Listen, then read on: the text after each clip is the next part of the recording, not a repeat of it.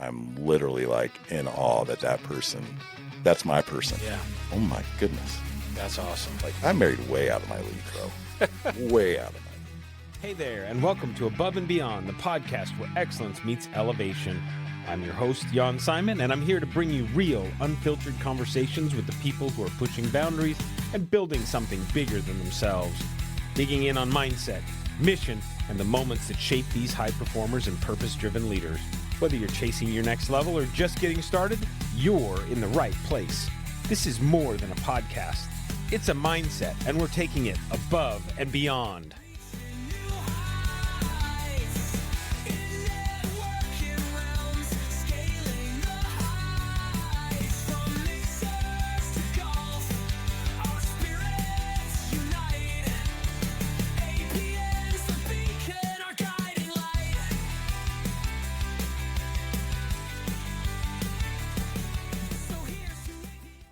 Welcome back to Above and Beyond, where excellence meets elevation, the show where we dive deep into stories, struggles, and success of business leaders, entrepreneurs, and community change makers.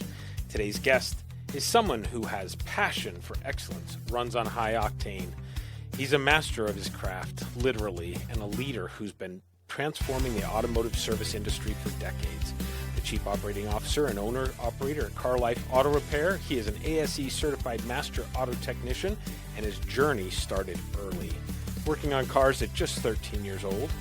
By the time he was 24, he had owned over 100 cars, including classics like a 65 Mustang and a 67 Oldsmobile 442. He's the kind of guy shops sent their toughest cases to, a true technician's technician. His career officially kicked off in 1992 at just 18 years old, and since then, he's never looked back. At Car Life, he's not just running the show, he's shaping the future. His leadership focuses on educating the next generation of techs, keeping his shop equipped with cutting-edge tools and tech, and ensuring every customer interaction reflects the company's high standards.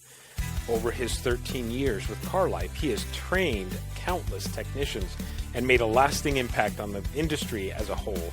Beyond the shop, he's a family man, married to his amazing wife Heidi for 25 years and a proud dad to two talented kids, Noah, 24, and Emma, 22. And when he's not under the hood or mentoring his team, you might find him off-roading in his 1997 Land Cruiser, enjoying some long-range shooting, building custom bolt action and AR-15 rifles, or, more recently, hitting the course to work on his golf game. He's a craftsman, a coach, and a community leader. Please welcome to the podcast, Jeff Breid. Thank you, Jan. Thanh you. Welcome. Quite the introduction. Oh, well, thank you. You make me sound really good. So, Jeff Breid, let's start early. Tell me about Jeff Breid. Tell me about the little kid, Jeff Breid, Jeffrey.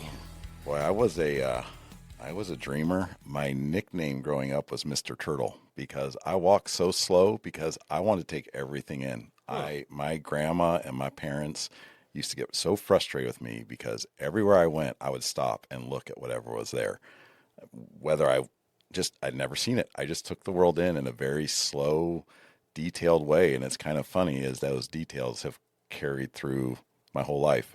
If you ask most of my friends, they'll tell you, if you want someone to research something, I'm going to go do it because I love new knowledge. So even back then as a little guy, I mean, I was always drifting off. I was a kid that was going to get lost because I was going to look at something or chase after something or whatever it was.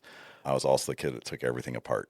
Were there things that you were looking for, like specific things that when you're out there walking around, you're like, looking for the next cool rock or something? It would be things like, we get these like big culverts and stuff in California and water's draining, and I'd want to know, well, where's it go from here? And where's it go from there? I'd be the kid that, was building the paper boat or dropping something in it and following it way down the street to see where it came out at again. Just those kind of things. Always curious. I was always curious. And like I said, I was a kid. I just took everything apart too and usually could put it back together. I was a kid that was taking stompers apart, and you remember all those. Oh, yeah. And I would take stompers apart, and I loved Legos, and I loved anything I could do with my hands or observe or be a part of or figure out how it worked. That's kind of where I was at my whole life. Like, I don't know that I ever knew anything different than that. Like, I was always inquisitive. I always asked a lot of questions. I was blessed with my first mentor, what happened to be my grandfather. And he was a very successful businessman, came from a small town, Wadena, Minnesota, and first person in our family to go to college, became, an accountant to Hubert Humphrey, and then moved to California, built the largest enclosed retirement community and hospital in the western half of the United States. Oh, wow. And he always spent time educating me. I could always ask anything, and he would always, if he didn't know the answer, he'd help me find it. Wow, that's awesome. And so, he mentored me until the day he died. Yeah.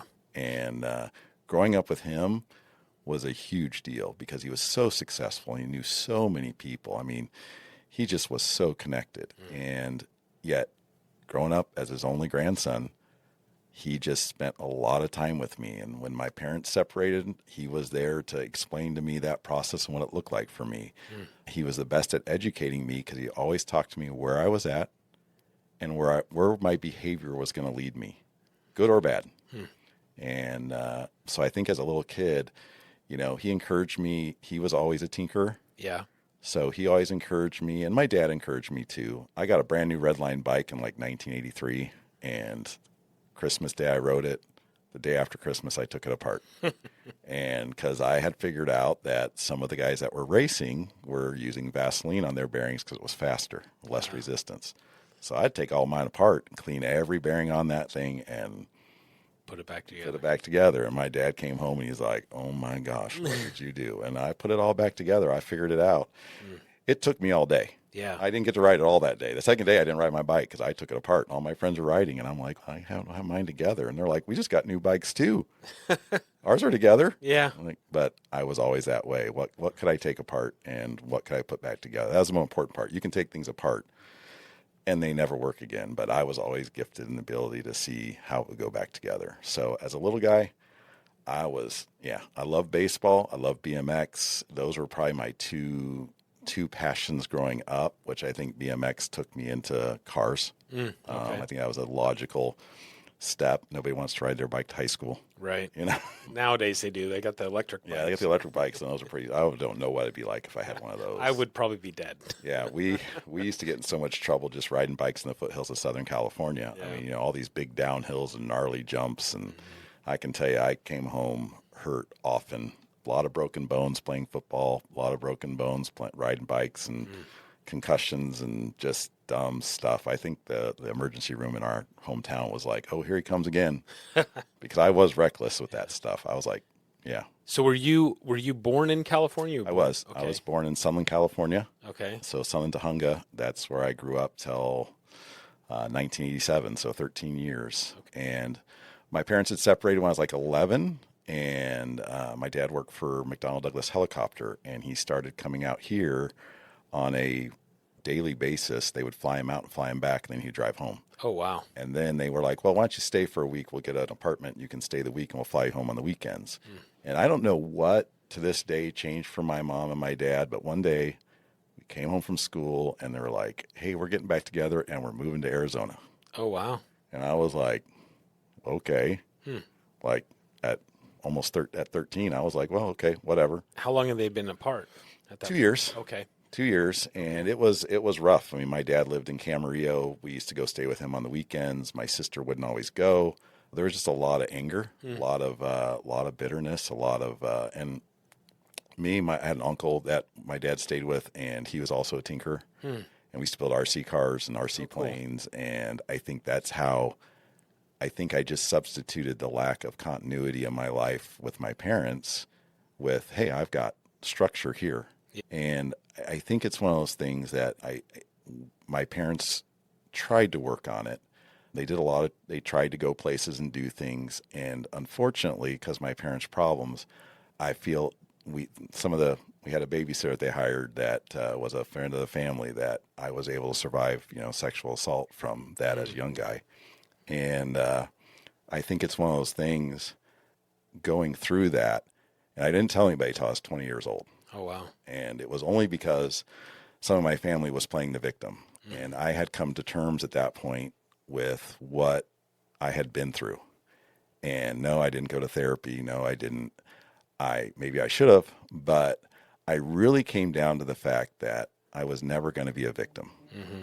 I was never, ever. And how that person kept me in line is he always threatened that he would go to my sister. And I had decided at that moment I would never be a victim. I would never not fight back for anything because I just wasn't going to ever take that as a person. I know there's people who have gone through that and survived it and it's messed them up. For me, it was kind of that almost rallying cry. Trust me, if I go back and do over and not go through that, I would erase that part of my past in a heartbeat. Yeah. However, the strength that it gave me to move forward, like, okay, this might be the worst thing I could go through. 6, 7 years old, it's probably the worst thing I could go through. Yeah. And yet, I'm still here. Yeah. And not only was I still here, I was still interested in learning and growing, and I was still that inquisitive, almost innocent kid still. Yeah. I don't think that it robbed me up to a point, but I think it gave me that growing up in California, when we decided to move to Arizona, I think I almost was like, oh, I get to start over. Okay. Like maybe this place isn't as safe as I always imagined it would be. And now we're going to go someplace else. And I will never have to face that again. Because unfortunately, I still had to face that person at our church. And, I should have said something. Yeah. That's something I've learned now is that it would have been okay to say something. But I was convinced it wasn't. And moving to Arizona for me was like, I'm getting a new start on life. Get free of that baggage, that weight, whatever. This episode of Above and Beyond is brought to you by the amazing sponsors who help bring this show to life. A heartfelt thank you to Above Par Network, elevating connections and creating impact. Foundation Insurance Services, protecting what matters most with confidence and care. Meritum Credit Card Processing, empowering businesses through expert consulting and unwavering support. And Rocks Ink Calligraphy, bringing beauty and personal flair to every handwritten detail. We're proud to partner with these outstanding businesses who share our passion for excellence. For more about our sponsors and exclusive podcast content, visit abovebeyondpodcast.com. I moved here and my sister hated it. And I was like, oh my gosh, this is the greatest thing ever. Yeah. I get to start over, make new friends, live a new life. In California, things are spread out. Like I went to a private Christian school to avoid busing. And so your friends that you go to school with don't live in your neighborhood. Yeah. Most of my friends didn't go to public school. And so we don't here. It was like, oh my gosh, I can ride my bike to junior high and I'm going to ride with my friends. Yeah. And so the community aspect of moving here was something I never knew I didn't have. Gotcha. Sure. I had my baseball team, but even that, Little League, we're so spread out. You go to Little League, and then you go home and you don't see those guys until you saw them on Tuesday for practice and you saw them on Thursday for practice and then games on Saturday. Maybe you saw a few of them at school. Yeah. But coming out here, I was like, oh my gosh, my friends live across the street. We ride our bikes together. We go do this. We ride skateboards. We just do. And I think that was like the best thing that ever happened to me was that. And was the move. And it's funny because when I moved out here, I swore by the time I turned 18, I'd move back to LA because I had so many friends there. And I never, ever went back. How old were you when you moved out here? 13. I was 13. So you're 5 years. And by that point, you're like, no, not going back. Yeah. My uncle was in printed circuit board design, and he had talked to my dad about me coming over after I turned 18 and learning his business. And I never got that message. And I really think it was my dad's way of protecting me from going back. Gotcha. My dad did that twice in his own way. And whether he intentionally meant it or not, he did two things. One, I wanted to buy a Harley Davidson when I turned 18, and I had someone to buy one of my fast cars, and I knew the motorcycle I wanted, and my dad didn't tell me about the person that wanted to buy the car. And he didn't tell me about my uncle wanting to have me come over and work. And I really think it was my dad's way of just, maybe not the best way to do it, but he protected me. Yeah. And because me on a motorcycle, we wouldn't be having this conversation. Yeah. Especially at that time in my life. So moving out here, I went to Shepherd Junior High, went to Red Mountain High School, graduated from Red Mountain in 1992. Wait a second. Didn't Andrew go to Red Mountain? No, Andrew went to Mountain View. Mountain View, okay. Yep. I was like, wait a second. And I'm pretty sure, and he doesn't remember this, but I'm pretty sure I remember meeting him one time in high school. No kidding. And because my best friend, and one of my best friends in high school was named Andrew, and he went to Mountain View.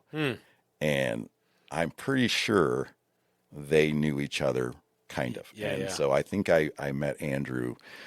I just remember him for some reason. When I saw him at the chamber the first time, I was like, man, he looks familiar. Oh, wow. Yeah, it's kind of funny that, Friends, this. Yeah. That's crazy. So when you were a kid, you said baseball. Mm-hmm. What position did you play? So I kind of played everywhere. I was a catcher when I was young. I played a lot of second base and a lot of center field. I played exact same. Yeah. I was catcher, and I went to baseball camp every summer. My dad was a coach, and so he went and made money in the summer at baseball camp. Well, so I would go to baseball camp, and I was always going as a catcher. I was actually pretty good. Now looking hated back, catching. I think, God, I was good. But my dad used to take the pitching machine, and I'd be in the back, up against the backstop, shin guards, chest protector, mask, Yeah. no glove, and he'd be pitching 75, 80 mile an hour fastballs into the dirt, and I'd have to stop him. That was my practice. Wow.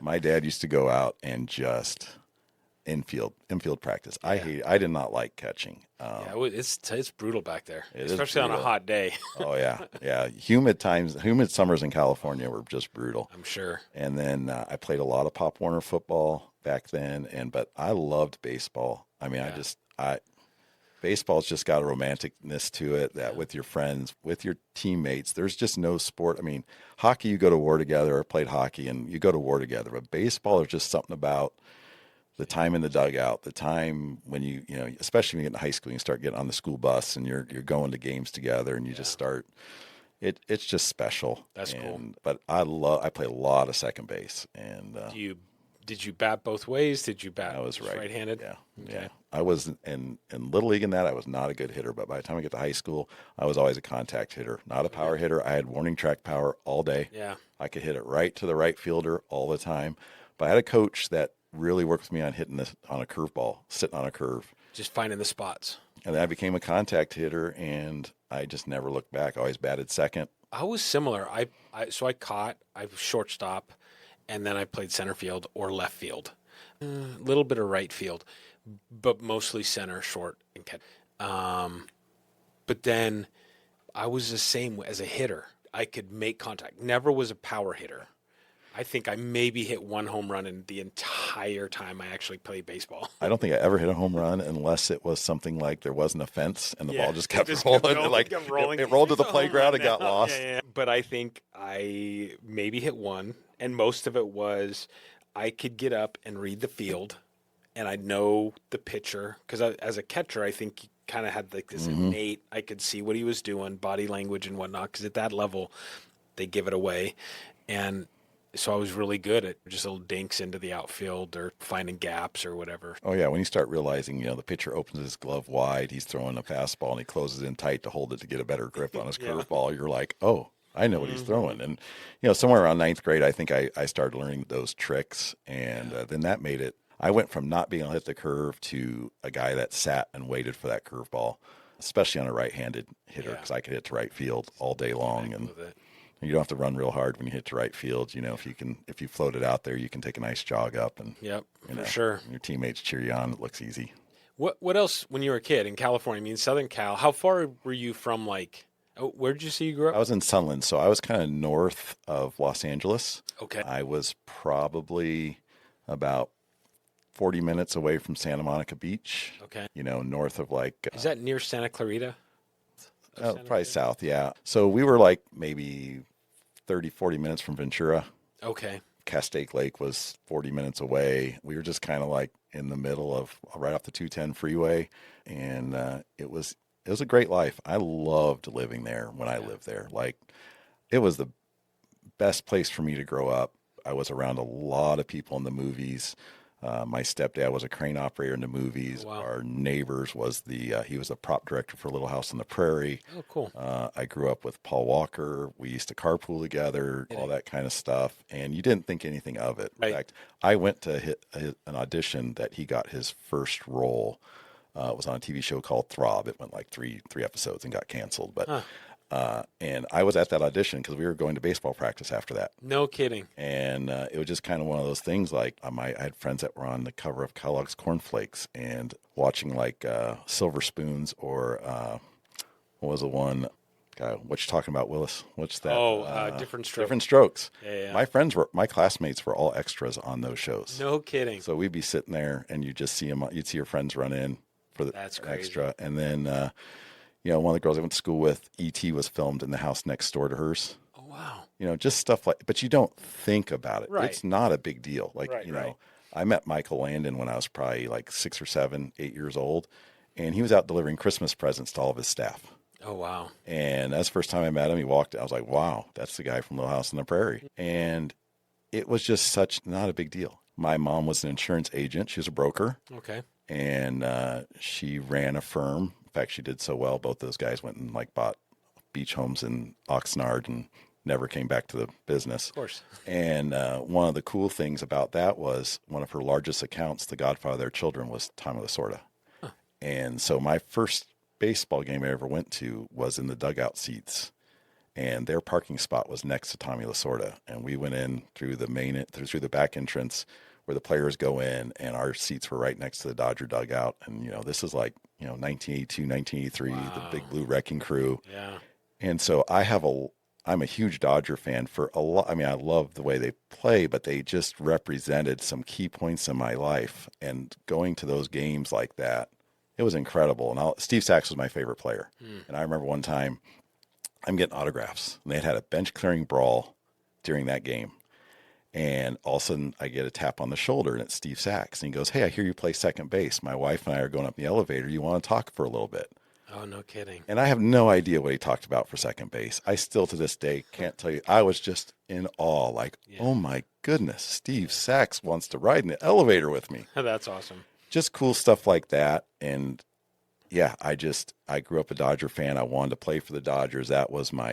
As a kid, that was my dream. That was even when I moved out here. So the Sandlot was like your real life story. It just never got to the Dodgers piece of it. No, I never got close. Not even close. But it was just one of those things that just being around those players and seeing that, and just, and what I realize now is the power of my mom's network. And I never realized it until probably in the last few years we've talked about, as she gets near the end of her life, and we've talked about a lot about that time, is just how incredibly successful she was. Yeah. Like she's my mom. Yeah. Back then she's just mom. Now, as being older, wiser, you look back on it and you're like, wow. God. Yeah. Like she was doing, she was like, she even told me like when she was in her early 20s, she was hiring and firing agents. Wow. That's crazy. And she just had so many big accounts, so many important people. It was just, and you didn't think anything of it. Mm-hmm. It awesome. Just, again, in LA, it is different. If you grow up around that stuff, it's just different. It's like people here would make a big deal of it if you went over there and you ran into somebody, but there it's like, you see them in the grocery store. Yeah. They're just regular people. I mean, some are jerks or arrogant, but most of them are just regular people. Yeah. And just fun growing up. Again, going to Dodger games. First time I went to a game with my little league and we sat in the cheap seats, I was like, oh, this is how the rest of the world lives. This sucks. It was after sitting in a dugout. Yeah, sitting in dugout seats, getting free peanuts and Dodger dogs. You were pretty. And it's something that Letitia and I share a lot of, talking Dodgers. And, I'm sure. It's just, it's magical. It was just kind of that, we all have something in our life, whether it's a movie or something that makes us stand in awe. And for me, it was Dodger Stadium. Going there, and I'd never seen grass that green on a baseball field before. I've never seen the lines on dirt cut like this. And there's better now, obviously. Do you go back now? I haven't been back in a long time. In fact, It's one of my bucket list things is to take my wife to see the Dodgers play the Brewers, because she's a Brewers fan. And but tickets are expensive. They are. And the more championships the Dodgers buy, the more expensive they get. You play baseball long enough. No, you can't buy. You can't buy nothing. You can't buy nothing. I mean, there's sports you probably don't know, but not in baseball, man. You still got to hit the ball. The other interesting thing is when Kirk Gibson hit his home run. Mm-hmm. So my parents moved out here, and shortly after we moved out here, they separated. Okay. And my mom had gotten an apartment, and it was right behind where I went to junior high. I mean, that's how quick it fell apart. Like, it turns out it wasn't working there. Yeah. And it ain't going to work here. And the Dodgers were in the World Series, and they were playing the A's, and it was game 1. And my mom invited my dad and I over to eat pizza, and it was the Kirk Gibson home run game. That is the last time I ever sat with my parents as a married couple and had dinner. In the same room. In the same room. Wow. So after whatever happened that night that I missed as a kid, my mom was done. Wow. And we never had a meal, the three of us together after that. Isn't that crazy? Yeah. I wonder, well, I probably shouldn't go into that right now. I'll end up in tears on this podcast, but I think about that with my kids. Like, this It's going to be a last. And I don't know what that is.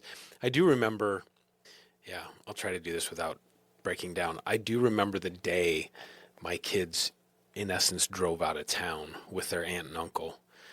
And I don't remember where I was going. I got in my car and I was driving someplace, but I saw a red Volkswagen Beetle. And we would do the slug bug thing, my kids and I, and, it was just that thing that we did. And I realized that I didn't have anybody with me to do slug bug anymore. And that was heart-wrenching. So, anyways. I mean, my son just recently moved out, and Emma's looking to do the same. And I joke around that I can't wait to be an empty nester, but you spend 20 years with them in your household. And I feel super blessed that my kids, I never really had, like my poor mom and dad, what they grew up with me was a nightmare. I didn't have that with my kids. They were just legit cool ass kids. And awesome. I consider them now, it's like they're my friends. I want to spend time with them because I just love being with them, and it is interesting. I've been thinking a lot I think I said this earlier, but my mom is really in poor health. And as we come up on those last things, like I may have spent my last Mother's Day with her, but I'm not going to miss out. Like I'm not going to regret, oh, this is my last one. And boo-hoo. Yeah. I mean, when she's gone, I'll miss those conversations because she's still one of the sharpest people I know. But I think I realize at 51 years old that there are a lot of lasts. Yeah. And there's already a lot of lasts have happened already. There was the last time I rode my red line bike. I still have that, by the way. There's the last time you played baseball with your friends. There's those last, and you don't know they're happening. Yeah. When you graduate high school, that's the end. Yeah. But there's a lot of things that happen that are just lasts, and they kind of go away unceremoniously. Yep. But they're really good to remember that I had those moments, and it came to an end, and I started something new. Yeah. And I think when you can keep that into kind of perspective of lasts are going to come, and none of us are guaranteed that my last. You're depressing the shit out of me. Am I depressing you? Well, I just think it's been a place where I've been at. Yeah. Where I'm, again, facing what's going on with my mom right now. I do think that that's something I realize. Like I haven't spent a Mother's Day with my mom in a long time. Yeah. And this year it was like, Mom, we've got to do this. Yeah. And it was the best thing I did. We sat for 2 hours in a Mexican restaurant. That's she was awesome. in her wheelchair on oxygen, and we just talked about so many things. In fact, my sister came out recently, and for the same reason. And let me tell you about my poetry story. Yeah, tell me about your poetry story. So this is this is like a random side note, but let's do this. Let's do the poetry story. So 7th grade, I move out here. I go to Poston Junior High. I'm starting, semester's already in swing. I'm behind already. And they have this poetry contest, and you have to write a haiku, a limerick, and a sonnet. And they're going to enter them into the Mesa Public Schools poetry contest. I suck at poetry. I hate poetry. My sister is a gifted poet. Okay. Very gifted. So lucky for me, my sister keeps a file at that age. Now, is your sister older or younger? Older. Okay. Older. How much? 3 years. Okay. And she's probably the smartest person I know. She passed her SATs in like 7th grade. You better tell her to listen to this podcast. Yeah. We talk all the time. So I mean, if she's the smartest person, oh my goodness. She's just brilliant, and she just was so gifted in school. Okay, enough buttering your sister up. Let's go. And so I went into her room because she had literally her scrap stuff that she didn't like in files that were labeled lyric, just like No kidding. So this was easy. I'm like, I'm going to take her worst work. I'm going to write it down, put it back. Nobody's going to know. Like nobody's going to know. So I'm like, okay, I'm good. Okay. So the last day of school, you have the longer periods because you're like, it's my last day. And it's like the teachers are like, We got to be here for 386 days, so Yeah. we're going to keep you here. And so it's like one of those hour-and-a-half classes, and she's talking, and she starts handing out everybody's papers with their grades on it. And I don't get a single one back. And I'm thinking, oh, they know. Oh, no. I'm so dead. How would they know? We just moved here. There's no way they know, because like my old teachers would know in California. 'cause she had been through She'd been through. So there's just like no way they would think I would produce this. So she stands up and she's like, hey, I just think the whole class should know that what we didn't know this whole time is we have a poet in our midst. And I'm looking around like, who is she talking about? Would you just rat me out already and bust me? And she's like, yeah, so not only did Jeff's stuff go to the finals of the poetry contest, he won all 3 categories. Oh, my goodness. And I am like, oh, my God. at this point in my young life, I've never really experienced winning without any work into it. Yeah, yeah. And how awful that feeling is. Oh my gosh. guilt I there just is. won. Oh. So now my mom's going to pick me up. And so so I won a Sony boombox, I think it was a Nintendo, regular old Nintendo. Each category had a prize. And they had like a Pac-Man little video game stand that they had back then. And so I'm thinking, there is no way I can get my mom to drive me down to Mesa Public Schools headquarters and walk out with those 3 items and not explain And it. not tell her what's going on. So my kids know this story. My wife knows this story. God. But in March of this year, I finally told my mom and my sister. No kidding. So I had never told anybody. So That's- I start telling this story. I'm like, hey, we're all together. The 3 of us haven't been together in a long time. Let me share this with you. And she's like, my mom just starts laughing. Oh, My sister's not saying a word. Yeah. She's just stone quiet. And I'm thinking, oh my God, I was 13. Yeah. She's pissed, right? And she turns and looks at me and goes, you mean I won a poetry contest? And I'm like, yes, you did. Yes, you did. And I got all the prizes. And then, I never went and collected them. Oh, you didn't? I did not. Out of sheer guilt, I was like, in fact, I was panicked because I didn't pick them up that summer. And then Shepherd Junior High opened. So I went to Shepherd and I was like, what if they bring these things here? That's so funny. And they never did. I never heard about it again. No one ever bothered me. And I was like, and so consequently, I never told anybody. And it was just kind of one of those moments where I was like, hey guys, I need to tell you something. So I tell this story, and now I feel like I didn't tell it for a long time, because now I feel like I can tell it, because now my mom and my sister know. But my mom's like, yeah, I totally would never believe you won a poetry contest. That is hilarious. And so, yeah. You know what's funny? And you just reminded me of this, and I think I was I'd have to go look. I have a newspaper clipping, maybe 3rd or 4th grade, maybe. And there was an art contest. And I pretend to be an artist. I like making stuff, right? You like woodworking. Right. So there was an art contest, and it was for watercolors. And I remember the teacher had showed us on the chalkboard how to make a tree with the chalk, and like making lines, and how it just gets fatter and all this other stuff. And then we had to make a painting for this art contest. And so I drew the lines on the thing. And then I was trying to color in flowers with the watercolors, and it was just turned up really crappy. So I ended up painting basically a rainbow, but across the page. So it was like Straight blue rainbow. on the bottom, red, and then, whatever, just bloom, bloom up. Turned it in thinking, whatever. I ended up winning 1st place. Yeah, but at least you did that. And well, I did, but I mean, I'm you like, may have screwed it up I early, think about but you that. did I'm it. like, I didn't. I was like, this is the stupidest thing ever. Why do I have to paint that? And I'm sure it was probably like, who knows, some big thing. But that's funny. Well, that's hilarious. So your sister wrote the poetry. Would have been even funnier had she said, I copied those out of a book that I found. Well, here was the thing. My sister was that kid that wrote poetry in her spare time in junior high and high school, and she was a gifted writer. And I like writing, but not poetry. And it was just telling that story to them and the looks on their face. It was like worth holding that secret all that time. But it really taught me the value of hard work. Yeah. And I learned the difference between people who love to win and people who hate losing. Yeah. And I learned that very early on. It really helped me in baseball and sports.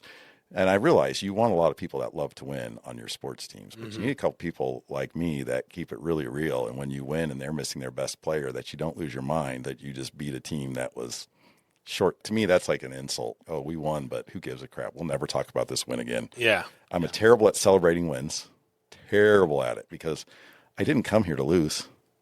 That's always been my mindset. I didn't come here to lose. So why would I celebrate what I worked to show up for to do? And I've had some people in my life that really helped me with loving to win. That's interesting because, I mean, you're celebrating the achievement.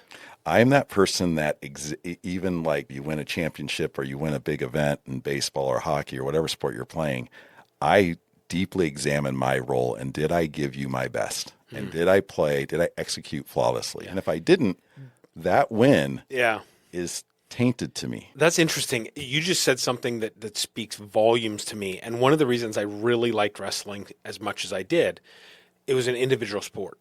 I didn't have to rely on anybody else to execute their job, right? I loved football. And I think I was a pretty decent football player. I don't know if I was good, but I think I was pretty decent. We didn't have a huge team. We didn't have a ton of talent. And we lost, I think, every single game my senior year. But it's one of those things where you get so – I would get so frustrated because of the missed assignments, the missed blocks, you ran your route the wrong way, whatever. It's like – and baseball isn't so much that because you can have errors on the field, right? You can have errors, you can have overthrows, you can have those types of things. Somebody misses a routine ground ball. But for the most part, once you get onto that elite level – I mean, if somebody makes an egregious error, there's probably a reason. I mean, and it can be anything from it hit a little pebble and the ball just takes a weird little bounce. You just got the yip that moment, or you just weren't focused. Exactly. But it's funny because I think about wrestling and I loved wrestling so much because it was me. Once, if I lost the match, it was me. There was nobody to blame. I could only introflect and say, okay, what did I do wrong? What can I do better next time?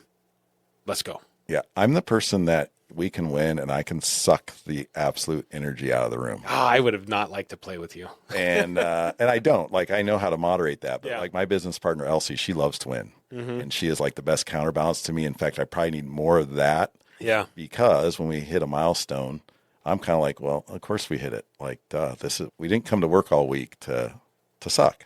Oh, dang. It's terrible. Terrible. I'd probably have to punch you in the nose or something. I don't know. I'd be like, but I was also that person that I was going to do my job. Yeah. And if you made an error or you made a mistake, I was going to work extra hard to pick that up for you. Oh, for sure. And I was the best teammate you could ever have because when I played hockey, if someone cheap shotted you, I was going to stick my nose in there and make sure it didn't happen again. And I always fought for every inch I got, and I was going to work my ass off. And I'm still that way. I have an incredible work ethic, and I really think it's because I just hate losing so much that I don't care about the accolades. I care about knowing that I can look at myself in the mirror at the end of the day, and that was everything I had in the tank. And if I gave all that and I made a few mistakes, I'm okay with that. I can learn from those mistakes. But if I know I didn't put the effort in, that's going to haunt me. What would you say your love language is? Mine's physical touch. Huh. Okay. Yeah. So it's not words of affirmation at all. No, I mean, I'm getting that. Obviously, you're like, I don't care if anybody. I don't. I'll tell myself when I did a good job, and I don't care what you think. Yeah. I mean, what's my measuring stick? Like, there's like mentors. Yeah, I want to hear that. Yeah. My grandfather. Yeah. When I was in high school, I was in a lot of trouble, and there's a guy named Chuck Luton that was actually a friend of my dad's, and he was a car guy. And I loved him. And he would take me, hey, let's go to a junkyard and pull parts for this car that we're working on or I'm working on. And that kept me out of a lot of trouble. And it was people like him and my grandfather and some of the mentors I have. Those people, it means a lot to hear something from them about me. But I don't give that ability to people to shape me that doesn't matter. Like, who cares what somebody I hardly know thinks in my personal life. Now, in the work life, obviously, I want people to be very happy with the product they receive. And that's super important to me. In fact, it's probably one of the things that drives me the most in the auto industry is people leaving like they felt like they were taken care of. That's super important to me. Yeah. But when it comes to how I shape myself personally and how I work on myself, man, I'm only letting a few people in. What about in work when you feel like you've gone above and beyond? It's the podcast. Yeah, the podcast. But I didn't think about that. Yeah, you did. No, I actually didn't. Until it came out, it wasn't even there. And then they still shit on you. Yeah, I'm okay with that. Really? Yeah. I mean, first of all, and I think you've heard me say this before, I'm going to probably ask that person why they're still disappointed in their service. What's going to hurt? Yeah. I've asked you for the sale. We clearly think that we've blown it. I'm probably going to fall on my sword and agree with you that, hey, we did blow it, even if we didn't, because I've learned the value of relationships, and relationships with people is the hardest thing to replace. Yeah. Other than time. Obviously, time you can't replace, but you can replace money, you replace a lot of things, but you can't replace people, even your transactional customer. I don't want them to stay transactional forever. I want them to become a part of my universe, my world, my art, what we do at Car Life.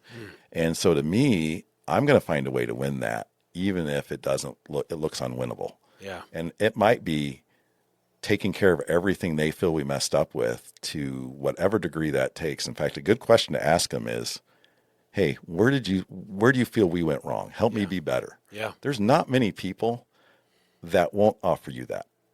Very few. I don't know how many I've ever encountered in my life, if any, that when you go very genuinely to them, say, hey, we must have blown it. We had to have blown it because there's no way you're a reasonable human being, even if they're not. Yeah. They're a reasonable human being in that moment. Whatever their reality is, you've shaped it in how they perceive your company or you as a person. So, hey, how do I make this right? What can I do different? I've had some people say, hey, look, I'm just done. I'm frustrated, whatever it is. Okay, I understand that, but hear me. I want to make it right. Yeah. Whatever that is, please tell me what it is, because you telling me is a lot more than me trying to assume that I can make it right. Yeah. And that's something that I really have honed my skill in ownership. And Eddie Marak, who's my other business partner, is somebody who really taught me the value of that. He is an expert at just trying to make sure relationships stay intact. And it's one of those things I've latched onto. One of the things I admire most about him is his desire to have great relationships. And I think I've been with Eddie now for 13 years. I think it's made me a better father, a better husband, a better business owner, because it's beyond Southern hospitality that he has. It's genuine. I want you on my team. Yeah. And I travel with Eddie, and we can be in the weirdest places and someone walk up and know Eddie Marak. That's awesome. And it's incredible. Yeah. Because I mean, we were playing roulette in Vegas, and he sits down next to this guy, and by the time we find out, he used to work for his son-in-law's father. Oh, geez. And now they're best friends. At that moment, they're best friends. Yeah. I mean, Eddie's the guy you end up with an entourage because he's just going to make friends everywhere he goes. I'm not that outgoing, but he is. And it's taught me a lot in the value of those relationships. I have my inner circle that, that's my people. Yeah. Those are the people I talk to every day. Those are the people I interact with. Those are the people that I look to help build me up, and I build them up. And that's where the words of affirmation would come in. But outside of that, I don't have a lot of thought about what people think of me. I mean, Interesting. Obviously I care more of what my wife thinks than anybody else. So, Yeah. and she is the one that's allowed me to go on this journey of a lifetime, really, with her, is that she has always been, she's the emotionally stable one. I'm the one that's all over the place. And she is like, nope, I'm constant. I'm here. I got you. Whatever that looks like. Oh, you want to try something? I'm in your corner. It doesn't matter what. You want to go do that? Okay, I'm on your side. What do you need me to do? How can I support you? We've been married 26. It'll be 27 years in July, and I met her. So she was dating my roommate. If you want to switch stories here, switch gears. And I was actually dating one of her friends, and I had told the guy who's going to be our best man at our wedding that if my friend messed that up, I wasn't waiting. And I guess coming out of high school, I just knew some point I would find the one, but I wasn't shy about asking everybody if they were the one. Were there a lot of those? Oh, there was a lot. Okay, so before my Were wife, you like a little puppy dog? oh my goodness. The longest relationship I had previous to marriage was 1 month. The longest? The longest. Wow. I don't know how you made it that long. I got to see, my wife is a special human being. Wow. 1 month. 1 month. Yeah. How do you even have time to get tired of that person? You'd be surprised. You'd be surprised. Again, being in my early 20s, I was in a place where I was trying to figure life out, and I understood that. Like, I gave myself permission to be like, hey, let's try this out. Let's go do this. Yeah. And so like, hey, we've talked about sales before. Well, I was just like, well, I haven't got out her yet because I haven't asked. So I'm going to go ask. And so talking to girls in that time was you learn what to say after you mess it up like 250 times. You kind of figure a few things out along the way. I am in shock right now. I don't know why, but go ahead. Yeah, I had a friend of mine say I dated with a vengeance because I just was like, You're like, I don't want to say wham, bam, thank you, man, but that's kind of what I'm feeling right now. But you're like, right away. Well, yeah, I did. Or Well, she did, maybe. Yeah, I don't know. more than likely she did. Not we didn't have, cell phones back then. And I was cool because I had a pager. Yeah, I had a pager. Yeah, that was cool. And, Did you have pleated jeans? No, I had really long hair though, believe it or not. You did? Oh yeah, down. In my early 20s after high school, I had hair down past my shoulders, and I had a goatee that was like 5-6 inches long, and multiple piercings in my ears, and I was every father's dream to date their daughter. Interesting. Yeah,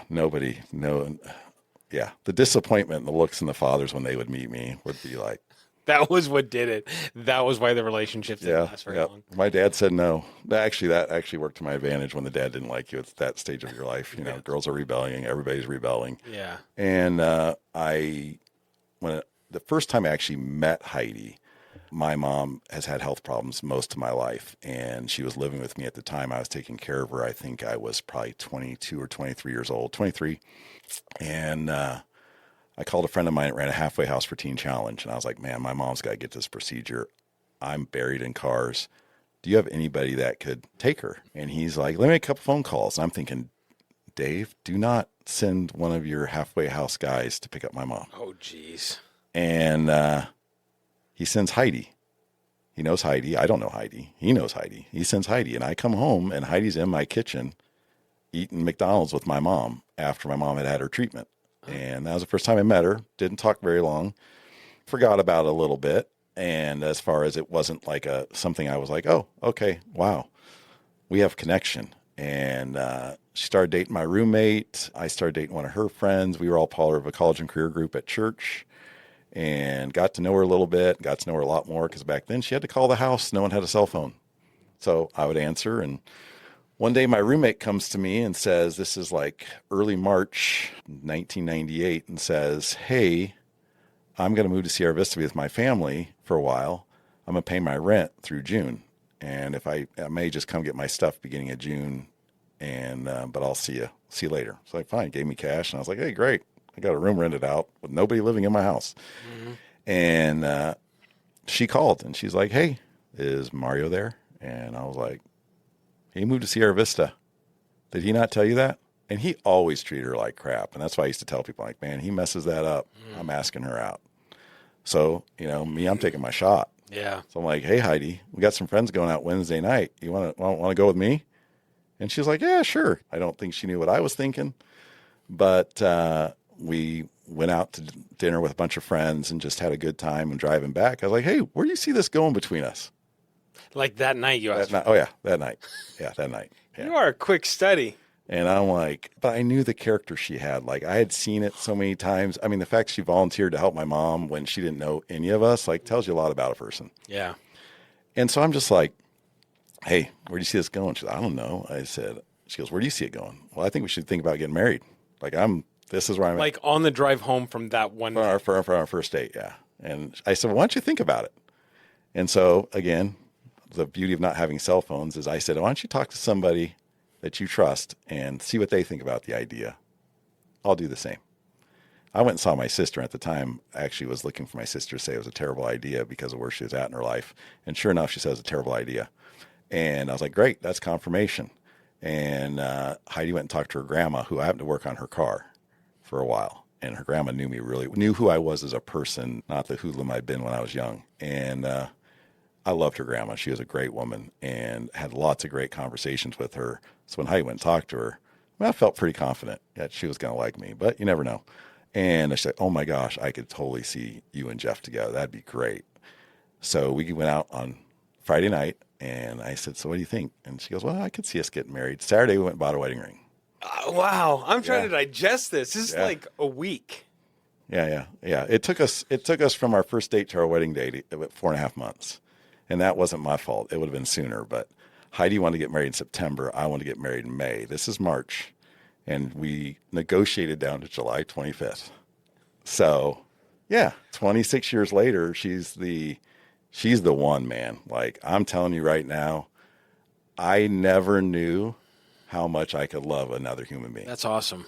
And I never knew that somebody could love me as much as she does. That's like, awesome. I'm still sometimes just shocked. I'm like, I wake up next to her and I'm like, man, you really love me. You're still here. This is awesome.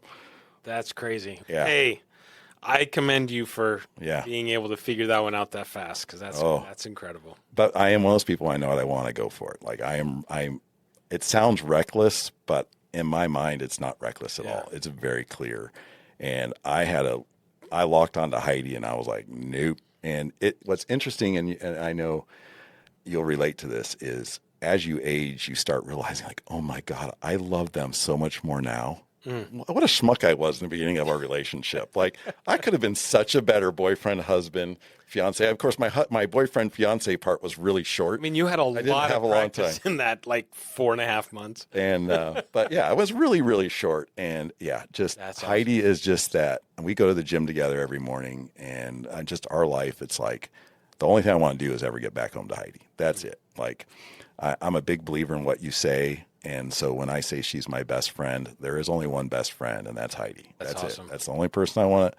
If I had to tune out the rest of the world and spend it with one person, I'm good. Just her and I, we could disappear and do our own thing, and we would be just happy as could be. Yeah. I'm going to have to interview Heidi and see if she agrees. I'm just kidding. I'm just kidding. And I still... knowing the things that goes on in my head and the dumb things I've done in my life, and that woman's still here, it's pretty incredible. And I mean, she's just such a beautiful woman, just such a beautiful soul. And I just, I tell everybody, like, we have amazing children. I'm like, yeah, because Heidi, she was the one that, really, she was just an amazing parent. She was just an amazing role model.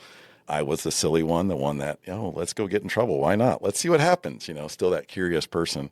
Let's go do this. And Heidi's always the one that's kept me grounded. She loves to have fun, but she knows how to let me be me and still love me, and yet keep us on a good path.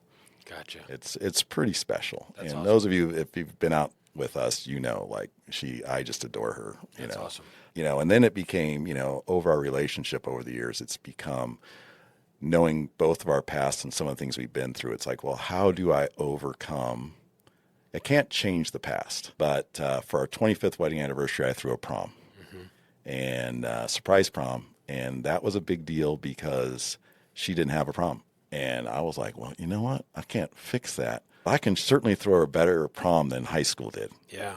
And so back when I used to drink, we used to really know how to party and throw parties. And I could probably still throw a really good party. I just would be the one not drinking. Yeah. Yeah. Heidi's she's spectacular. I'm literally like in awe that person, that's my person. Yeah. Oh my goodness. That's awesome. Like, I'm married way out of my league, bro. Way out of my league. Well, that is awesome. All right. Okay. I am going to rewind us a little bit. Uh-oh. Not that I want to get off the Heidi topic, but let's rewind a little bit. I think in your bio it said you had 100 classic cars or 100 cars before you were 24? Something? Yeah. I was a flipper. Yeah, obviously. Enough that the Department of Motor Vehicles wrote me many, many letters about the not having a dealer license. And then I learned this secret. Did you know that you can own 6 cars a year, but so can your mom, and so can your dad, and so can your sister, and you can just find your way around things. Interesting. And I'm an overcomer. Okay. So I used to buy a lot of cars. I really specialized in GM A-bodies, so Chevelles, 442s, GTOs, things like that. And some of those cars are in bad shape, and so they'd get cut up and sold off for parts, and, we do different things with them. I had a buddy of mine that went to Chicago. He would take the great sheet metal to Chicago and bring the interior parts back here from other cars. And so we did a lot of that stuff. I also did a lot of like hot rod wiring, hot rods that needed wiring. People would be building a car, and most people don't like to wire. That's like the thing they hate, and that's like my favorite part of an automobile is wiring cars. In fact, I just finished wiring my dad's 54 Chevy pickup truck a couple weeks ago. Okay. And is it something I'm passionate about now? No, but it's something I've always been good at. 12-volt electricity, that's my jam. Like, Gotcha. even in the shop, if we get a car, it's got an electrical short. I love that stuff. So with the old cars, I think we lived in Surprise for a brief 3 years, which was probably not the best place that I ever want to live again. But at that time, I had a 65 GTO, 265 Chevelle SSs, a 71 442 convertible, and a 69 442. Do you wish you still had them? Not really. The 165 Chevelle I do. What was your favorite car you've ever owned that you wish you still had? Oh, that I have one. Like, I love my Land Cruiser. No, but I mean that you already still have that. I know I do. And see, that's the one I've kept. So let's put it this way. That's the longest car I've ever owned. Oh, interesting. Yeah, I've owned it like 4 months. 10 years. Oh, okay. 10 years. And that's like most cars in my life don't make it more than 2 or 3 years. Huh, and interesting. And it's just because I don't know. So the truck's going to go pretty soon?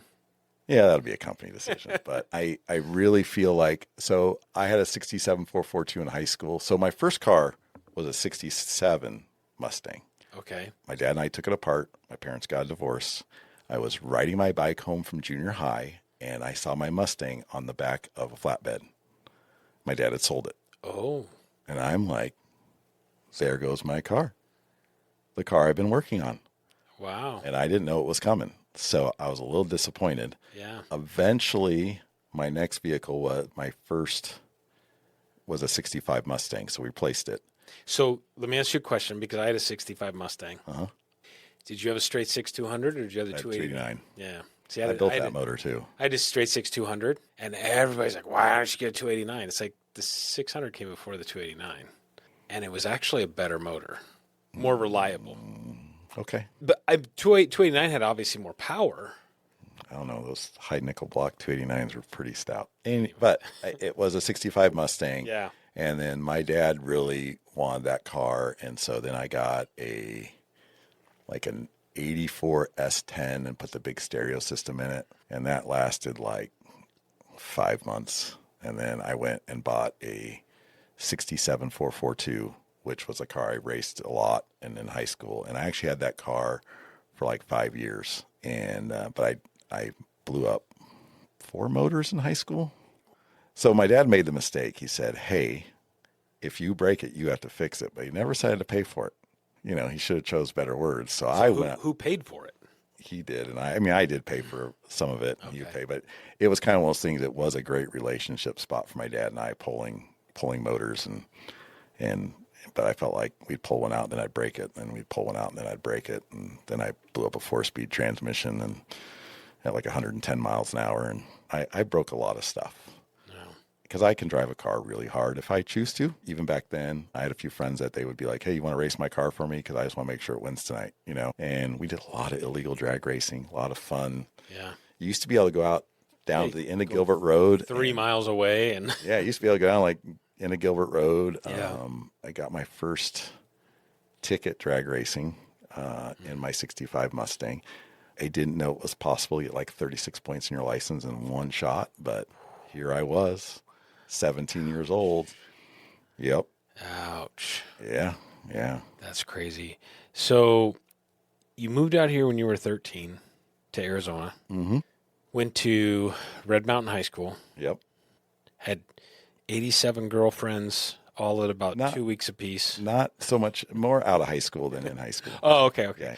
What got you into cars? I mean, at what point did you kind of start going down that road? So we bought that 67 Mustang shortly after we moved out here when my parents were together and started working on it. It was going to be my sister's car originally, and then it became obvious as someone disassembled it a lot further than it probably needed to go that it probably wasn't going to be on the road anytime soon. So it became my car, and my dad bought my sister a 66 because she wanted a Mustang.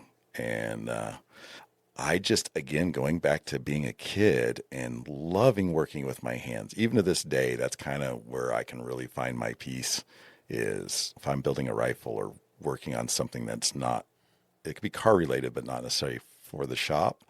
I can really just kind of tune the world out and just really relax. Do you find more pleasure in working on older vehicles or newer vehicles?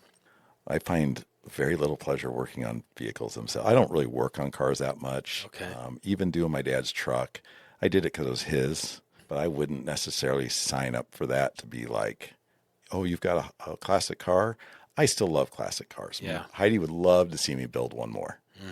And there's like 50 on my list that I would love to build that I will never probably even. What would be your ultimate? If you get one car, what would be the ultimate car for you to get that you could rebuild top to bottom?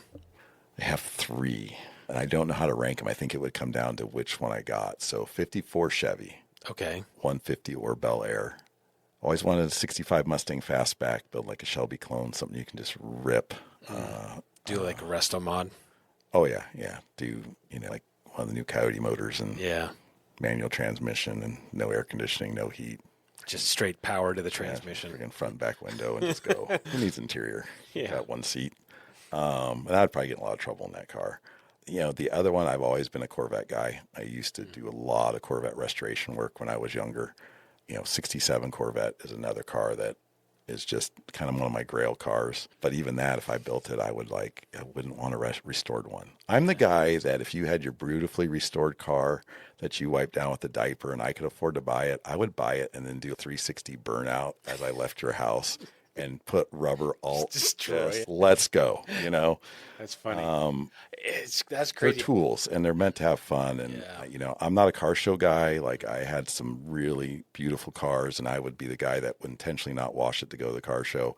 And I would park away and then people would be looking at my car wanting to know how I did this or what I did because I didn't like the attention. To me, it's like, they're tools and I want to go enjoy them. And what brings me joy is, again, not giving a crap what other people think and what I do. Yeah, I was going to say, I think if somebody was listening to this and they were to psychoanalyze you, Oh, I'd be in trouble. there's got to be something there. Like you don't care what people think. You didn't care what you didn't I'm want to kind of draw a loner. attention to yourself. I'm kind of a loner. Your parents divorced. I think there's something there. I'm kind of a loner that Yeah, way, where I just like to I like to do my own thing. I'm gathering that. So, okay, so you got out of high school. You had all these cars. Yeah. Your parents got divorced a second time, or they just They separated? split in like 1988. Okay. Yeah. So 1988. Okay. Yeah. And then, and I don't know if I can ask this or not. Do you have family after that? Just my sister. Okay. And she lives in northern Minnesota near Leech Lake. Oh. And good friends with my brother-in-law, great guy, mechanical engineer. We all get along great. And Nieces and nephews? I do in Wisconsin that I don't know real well. Oh, okay. I have a lot of step family. Oh, okay. I have a Okay. ton of step family. I wasn't sure I if you- got Just nope. My sister never had kids. Heidi has her brothers or her sister has kids, and it's just Jen never had kids, but yeah, we're all close. My mom remarried, my dad remarried, and that's always interesting. oh yeah. My dad remarried when I was just going into high school. And, Oh, wow. Yeah, like sophomore year kind of thing. So almost pretty quick. Yeah, pretty quick. And, my parents' divorce took a while. They were done. And then he kind of starts like, well, that's over. Yeah. And my mom is married to a wonderful guy. And they've known each other since the 4th grade. No kidding. Yep. Wow. That's Yep. crazy. He had tried to, when she moved to Arizona, he tried to tell her, why don't you stay here and she said, no, I got to go see if I can make this work. And then eventually he remarried thinking she was gone. And then eventually they got together, and I mean, he's a great man.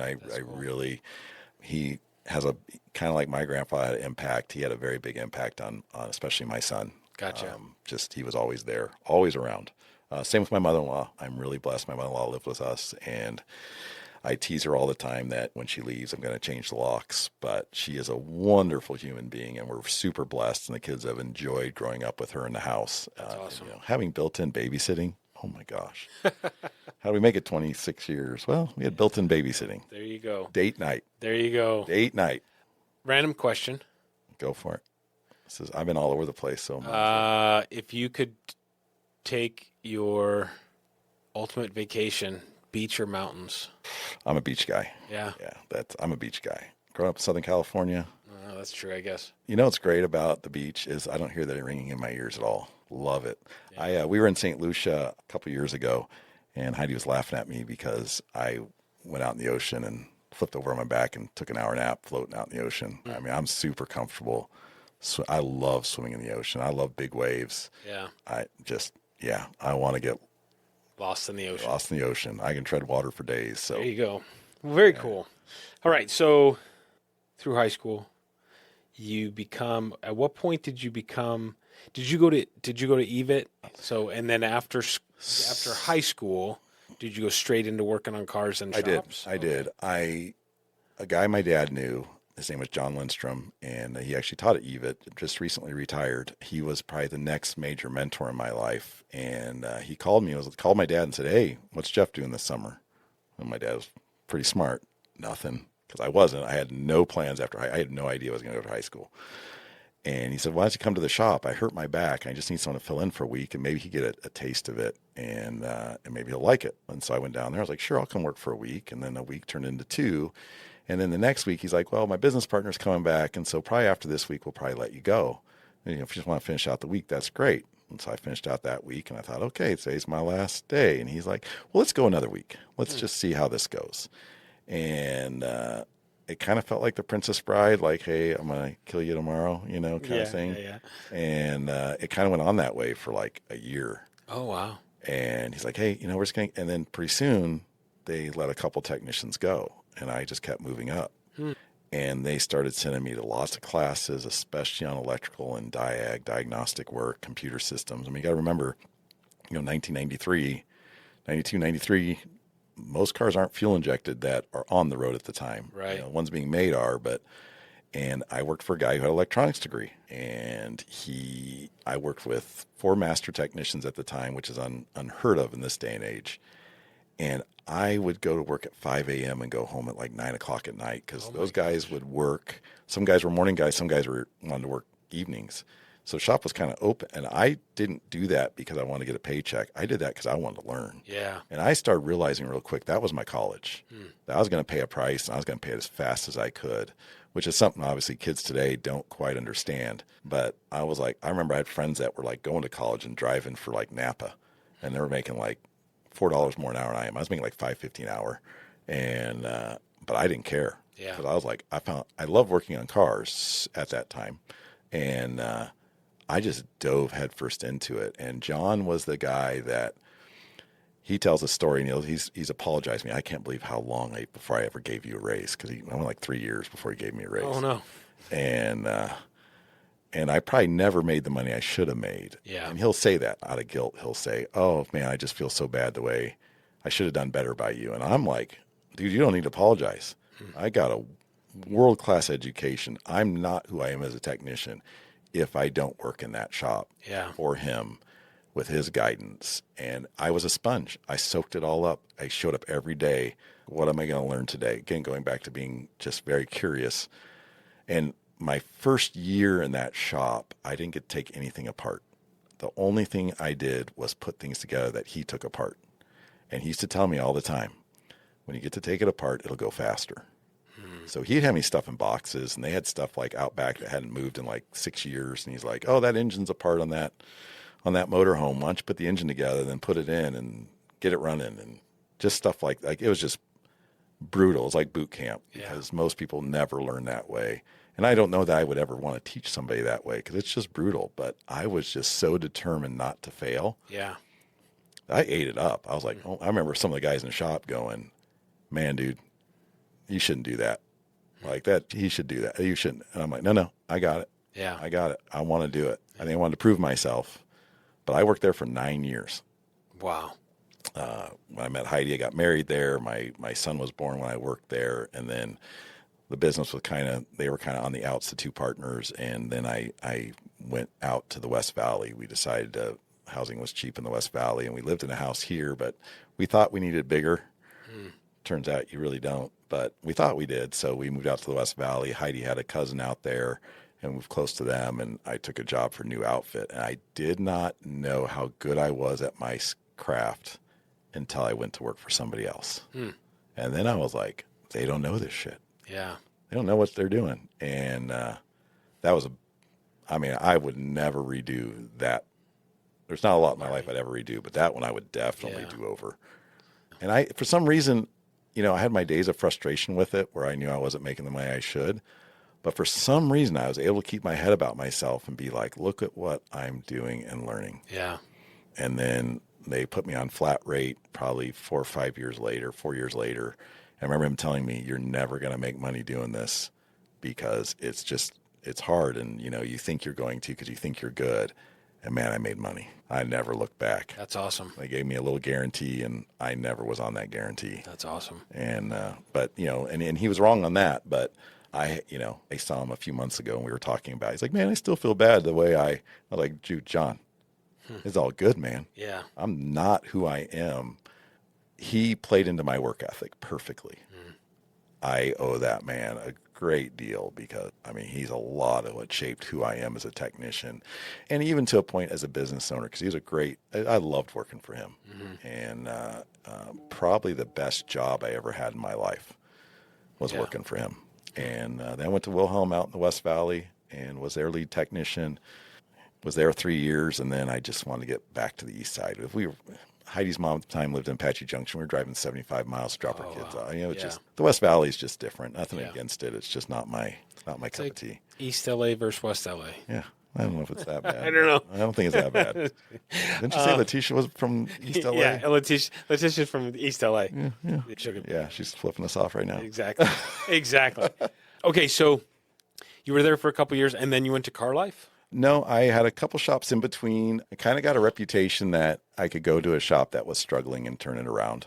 Quality repairs, expert diagnosis, like people start to come for that back, especially back then. I think people are more detached and they're chasing price a little bit more now, or just convenience. But finding a technician that really knows what he's doing is not an easy task. And there's a lot of people that can do certain things well, but you get to the high-end complicated things, it's tough, especially nowadays. Cars have 120 computers on them. Yeah. But back then, I was doing a lot of emissions work. I had a reputation for that. I went to another shop, and at the time, one of the Chevy dealerships around us didn't have a Corvette tech, which I don't know why you need a Corvette tech because it's just a Chevy.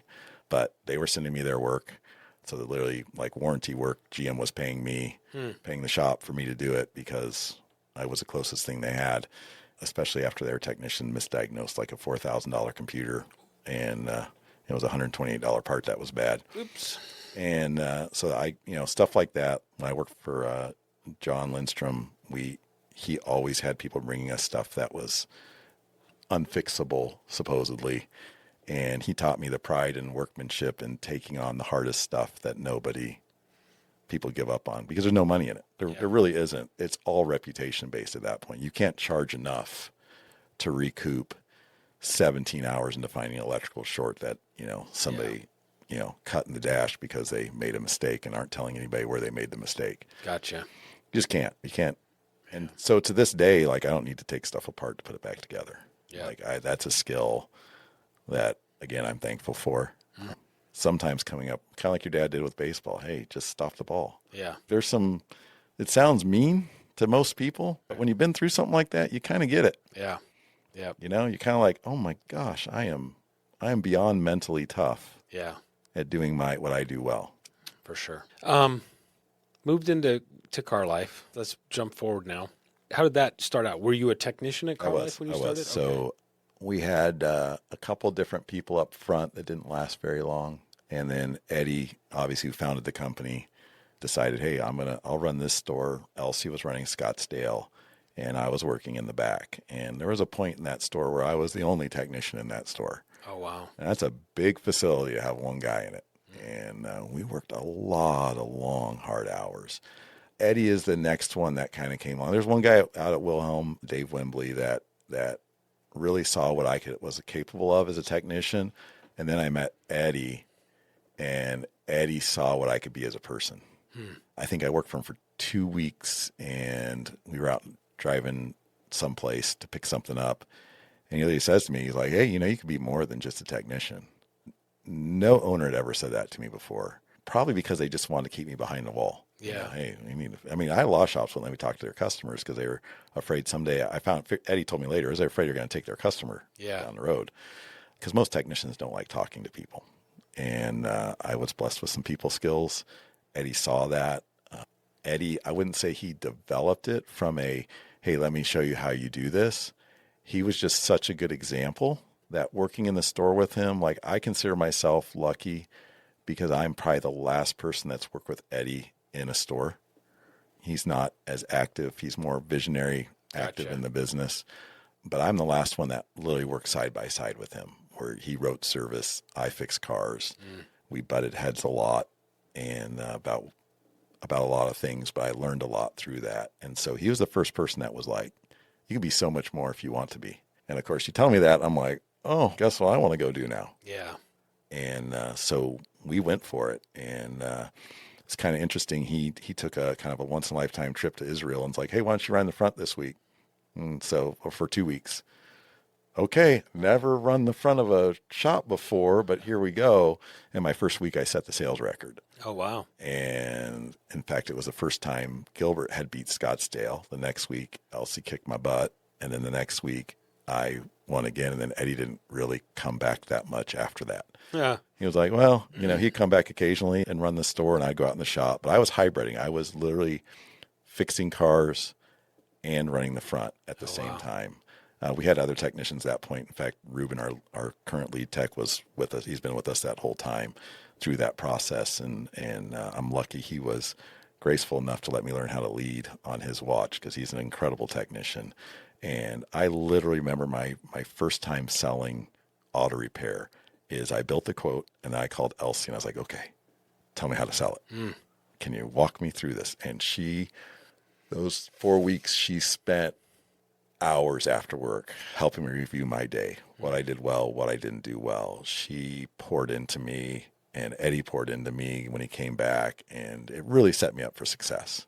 We call ourselves a three-legged stool, and I wouldn't want to be in the automotive business without those two. Yeah. We're just each have a unique skill set. And one of the things Eddie did for us is he gave us like a sweat equity opportunity at ownership, and we took it. And Eddie is a man of his word, and he kept every promise he ever made us, which is so rare in this world. Yeah. To be connected with somebody like that. And, I tell people, if you go to automotive class, whether it's on management or sales or anything like that, and Elsie's in that room, she's the smartest person in that room. And so I just get to sit back in awe of my two business partners oftentimes. And they would say the same thing about me working on cars, like they don't get the car side. Neither one were car people. So that's what I mean. It's like she has the ability to run a store like nobody else. Eddie has the vision, and then I take care of all the technical stuff. I mean, I still run a store like Elsie does, but we both have our bend a little bit about what we're highly skilled at. Gotcha. And so it just works out really well. I mean, I couldn't imagine I hear people say all the time they wouldn't want a partner. And I mean, we have our difficulties, I'm sure, but they believed in me, and I will never forget that. Nice. So put you on the spot for a minute. A lot of car shops out there. What makes car life different? I don't think you'll find anybody who's more interested in being more than being above and beyond transactional relationships. I mean, everybody can swipe your Visa card, but who's going to be there when it doesn't go right, and how are they going to respond? And I think we just blend old-fashioned customer service with high-end technology, and we want to be involved in our customers' lives. I mean, do we want them to have to see us every day because there's something wrong with their car? No, but we want them to know we're a phone call away and that we're going to take care of it no matter what it is. Yeah. And I just think it's that commitment to a personal relationship I think you have to have a really good relationship with your AC guy, your insurance guy, your plumber, an electrician's good, a good barber. Yeah. Those kind of, like, you just have to have your people. And I think we're that person for a lot of people. That's awesome. I will tell you, obviously I take my car there. Full disclosure. Yeah, full disclosure. You're not on the show because I take my car there, but I do take my car. I like it because I know nothing about cars these days. Yeah. Obviously, I had a 65 Mustang. I could change the oil. I rebuilt the Change the carburetor in spark that. plugs. Change the plugs. Change the wires. points on change it? the rotators. Did you have points? You enjoy setting the points? Yeah, I rebuilt the carburetor on my Mustang, and I put the diaphragm in back. Oh, yeah, that's Couldn't fun. figure out what was going on. Anyways, so I used to know cars. Don't know anything about cars today. But I appreciate the fact that there's somebody there that I feel like I can trust. Because in that world, it's so easy to be taken advantage of, right? Yeah, it is. So, and it's kind of one of those things is my favorite customers are the ones that unfortunately have had like a really tough go of it. And probably my favorite thing to do is to be able to take that customer and be like, well, let's look at your car. Let's get real answers. And let's get you out of the abusive relationship you've had with your car for the last 6 months. I love the stuff that's hard. yeah. And so when people come in and they're just like, and sometimes they come in, they're upset and they haven't even been to our shop yet. They're just upset. Yeah. I love that customer. Yeah. Because that's my opportunity. Again, I like the hard, and I like it when it's difficult. And when that customer comes in, I don't know. I guess I have a lot of empathy for them. I feel terrible that they've had those experiences, whatever they might be. And I just think that when they meet somebody that genuinely cares about the outcome and about them as a person, because let's face it, it's just a car. Yeah. But what does a car do? Well, if you can't get to work, you can't get to places. And then how do we alleviate those really difficult circumstances, And over the years, I've had the privilege of taking people to drop off, violins to their kids at school that got forgotten in the car. I've had the unfortunate to deliver a car after someone's had a loved one that's passed away. And I mean, you get to be a part of people's lives. And I just think when they come in and it's been rough. Yeah. That's your opportunity to show some humanity and really wow them. That's awesome. Through your life, I would go all the way back to the beginning of time for Jeff. Have there been, obviously you've mentioned a couple people that were kind of mentors and that sort of thing. Have you ever had situations in your life where you needed a reality check, you were ready to just kind of throw in the towel, or you were going down the wrong path and somebody pulled you back out of that? First person to really do it for me was I mentioned him earlier, Chuck Luton.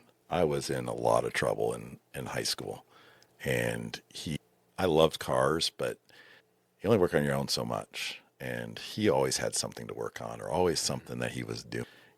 It was just the right pairing. In fact, he was the first person I told when we found out we were pregnant with our son. Oh, wow. Because we don't talk as much today, but he's always on my mind because he kept me out of so much trouble. That's awesome. And I think he knew it. I think he probably very similar to me growing up was in a lot of trouble, and he just took a liking to me. He got married and his wife loved me, and they were just amazing people for me at that 16 to 23 years before I got married.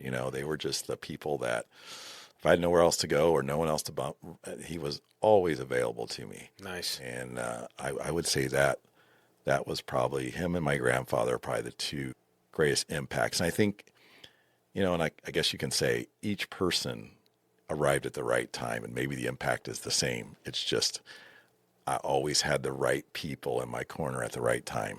That's nice. And don't know why. I'm just blessed that happened. But I think I was also open to it. Yeah. Like, I think if you're not coachable and you're not willing to listen, like we've talked about, I'm stubborn and hard-headed and all that kind of stuff, but I'm really open to good coaching. I'm definitely not open to bad coaching, but I am so open to good coaching. And at this stage of my life, obviously, I'm married and my wife's amazing, but, Andrew John and Brian Botane are probably the two people, and Dara Denzer are the three people that I probably lean on the most these days, that when I need to just talk something through, each one of them is so uniquely different and different perspectives, and they're three people I can talk to and just come away feeling recharged. Or I can vent with Dara. I can vent with Andrew in a different way. I can vent with Brian, and then, we can put it back together and move forward. Yeah. And I think I'm the same for them. I think that it's just such a two-way street in those three relationships. Yeah, I couldn't be more blessed to have them. No. That's awesome. That's awesome. Yeah, Andrew and I probably talk 3 times a day at the minimum. And it's usually a morning conversation. What you got going on today? There's probably a midday or afternoon conversation, and there's usually an evening conversation. And sometimes it's just fun stuff, and there's a lot of fun. I text with Brian and Dara quite a bit. I see Brian a lot, play golf with Brian a lot.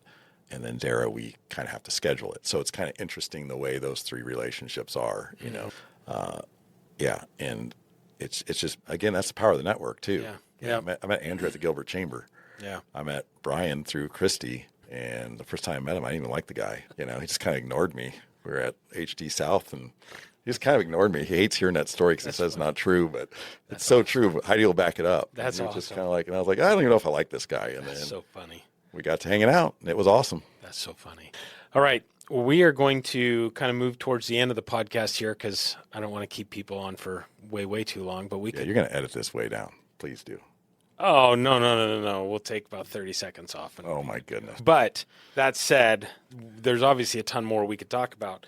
But we're entering the pressure point. Oh, I've heard this. Which is the best part of the show, or you'd probably argue against that. But I'm going to ask you 3 questions. Okay. And really it's just rapid fire. I just try to get you to, all right, you ready? You randomly chose three numbers. I did. I'm going to randomly ask you the question. How do you stay grounded when things blow up or blow up in your favor? I heard this a long time ago. Never believe your own press clippings. Never believe. Just stay humble, stay sharp. I think my wife is a huge piece of that. Like I have to look at her sometimes and be like, hey, is this really good or is this really bad? And she keeps me grounded. I think, again, my board of directors, if you will, of Andrew, Dara, and Brian will never let me get too high, too low. Nice. And then my business partners, Eddie and Elsie, same thing. Yeah. Surrounding myself with people that want to carry my casket someday, that keep me going. Daryl carrying your casket. Well, she doesn't have to reach. She'd be like, Yeah, she just arms straight in the air. I carry it by herself. What are you talking about? Yeah. Okay, next question. Yeah. What drives you to get out of bed in the morning? I think it's just, I like excellence. I like getting up and having a mission and a purpose, and I'm very routine driven. Get up, go to the gym with my wife, have my protein shake. Tuesdays do APN Elevate 2. That's the only day that has a little bit different to it. My start of my day, I'm very routine that way, and I like that. And then it's get to work and get the day started. I love seeing my team. I joke that I don't like people, but at the same time, I love my people. Nice. I do. I just love my people and my customers, and so yeah, just going in and just trying to be great every day. Last question. Is this your baseball number 12? Nope. Oh, dang. I went out of order. Oh. Randomized the order. What's one value you refuse to compromise on no matter what? I would say integrity, because once you start lying to yourself or not being honest, I don't think there's any turning back from that. I don't know how you would recover not being honest with yourself. And, there's times you have to be really accountable where you realize you've messed up. And then it's like, well, what do you do in that moment? And those are the moments decide whether you're bad, good, or great. And, it's easy to go from bad to good, but it's a lot harder to go from good to great. It takes a lot more work and a lot more honesty. So I would say integrity, and that's what I think I look for in people. If I don't think someone lacks personal integrity, I'm certainly not going to want to do business with somebody. Totally understand that. Yeah. And I know you get that. That's why I've enjoyed our relationship. Well, I appreciate that. I appreciate you, and I appreciate your leadership in the community, all of it. We try, we try. Been there for quite a while. I still remember meeting you for the first time, so I appreciate that. I remember that too. I remember you substituting in a Gilbert Chamber referral group. I'll be saying something stupid. No, I don't know you to say stuff that's stupid. Well, everybody that comes on the show gets a gift. All right. I have this here. I will give that to you. You're actually the second person, aside from Andrew John, who's gotten the challenge coin. Oh, I got to put glasses on. Oh, that is freaking awesome, Jan. Really freaking cool. So challenge coin, and then we've got a glass that has been individually etched, however you say that, by Rock's Ink calligraphy. Isn't Roxy incredible? Yes. She's so stinking talented. So you have an orange juice glass. Yeah, it's orange juice. Orange juice glass. Yeah. That you can use now. So I appreciate you. That's my thank you for coming and spending time with me, letting me get to know you a little bit better and share you with our listeners. And anything else you feel we should know before I let you go for the night? Jan, we've talked about this off air, but I think this is just a great thing you're doing. And, just listening to all the people that have come before, that it's just excellent, and can't wait to hear Andrew's come out this week. And I still got to catch up on Bob Fleckens and finish Letitia's. And I'm enjoying them. Like awesome. This is such great stuff to listen to when you're in the car. Thank you. Well, I appreciate it. Yeah. I appreciate you taking the time, and I appreciate everybody listening. If you care to, we would love it if you like, share, and subscribe, and listen for the next episode to be released. So thank you very much, Jeff. Thanks, Sean. This is Jeff Breid, and I've gone above and beyond.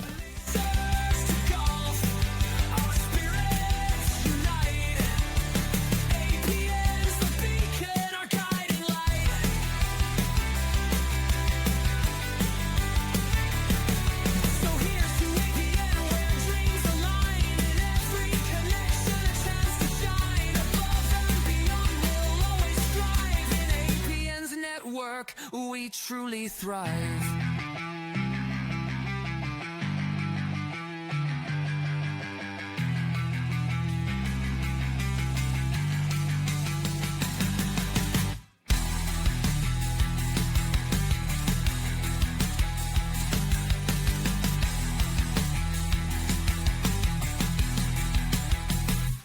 Like, share, and subscribe to Above and Beyond, where excellence meets elevation. Elevate your mindset, one episode at a time.